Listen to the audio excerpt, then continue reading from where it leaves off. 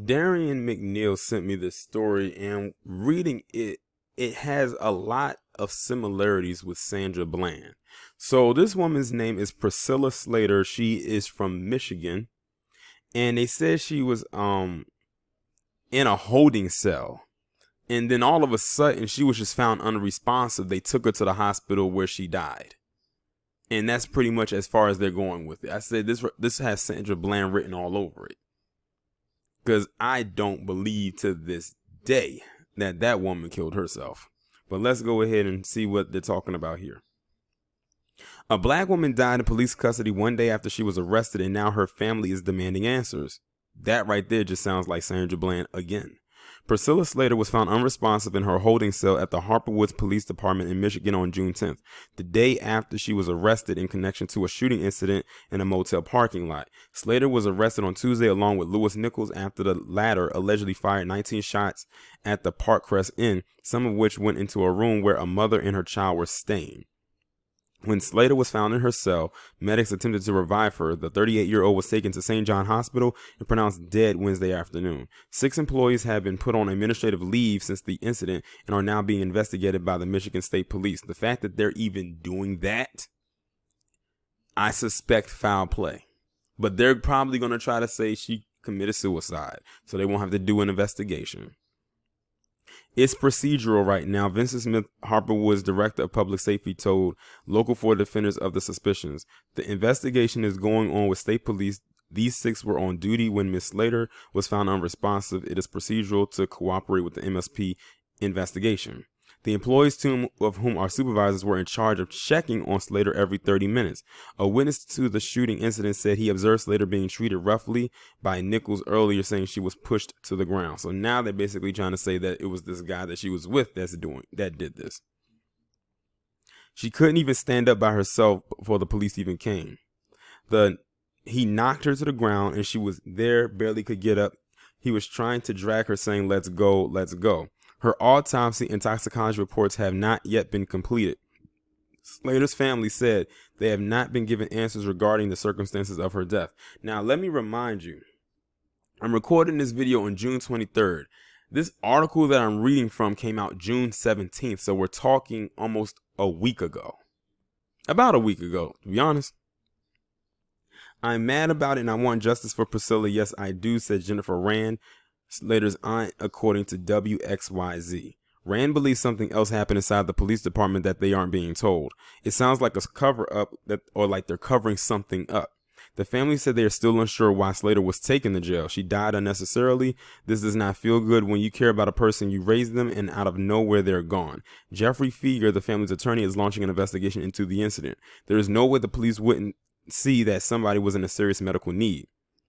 The police chief told Fox 2 Detroit that they are not hiding anything. Michigan Senator Adam Hollier said that while he understands the frustration, they all need to await the findings of the investigation. I think when we talk about what is going on right now, everyone is heated, everyone is frustrated. Right now, everyone wants answers, and the problem is to get good answers, you need to run a good investigation, and that takes time. The problem is people don't trust the police. The death has sparked a number of protests, including one in front of Harper Woods Mayor Kenneth Pointner's house on Sunday. We had to make a courtesy call to his front porch so he'll understand that we will not accept you devaluing and dismissing, denigrating, and degrading the sister and her family, protester Teferi Brent said. According to protesters, the mayor's wife ripped up a BLM sign over the weekend while Slater's family was present. To take a sign during a time like this for a family that's mourning, and there's no explanation on why she's dead on their cement floor. That's totally unacceptable. Pointer said his wife ripped up the poster because the man carrying it was rude. He added that he is not racist because most of his neighbors are black. Wow. He could have kept that one to himself, but that's straight out the little trick bag that they love, the little band of tricks that they like to pull out. But yeah, this has Sandra Bland written all over it. I want to see those surveillance images, but then again, they'll probably somehow doctor those up and we won't get the real issue of what happened or what went down. Yeah, it's a lot of unanswered questions. And like I said, this article was put out there on June 17th, and I don't think anything has come out since then.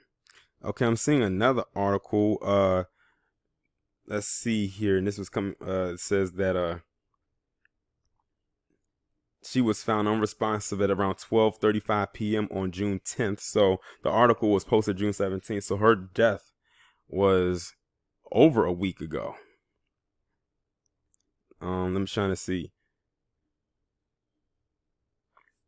And what they're going to do is they're going to play off of the fact that she was involved with this guy that was involved with a shooting. And they said the guy that she was with, Lewis Nichols, is 27.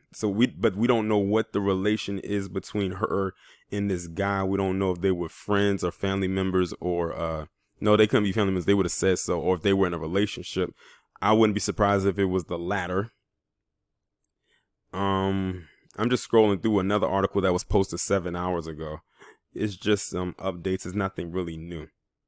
There's no information in there about the autopsy as of right now. But I wouldn't be surprised if they try to say it was a suicide, unless they can find something in the toxicology showing that she had some kind of pre-existing condition.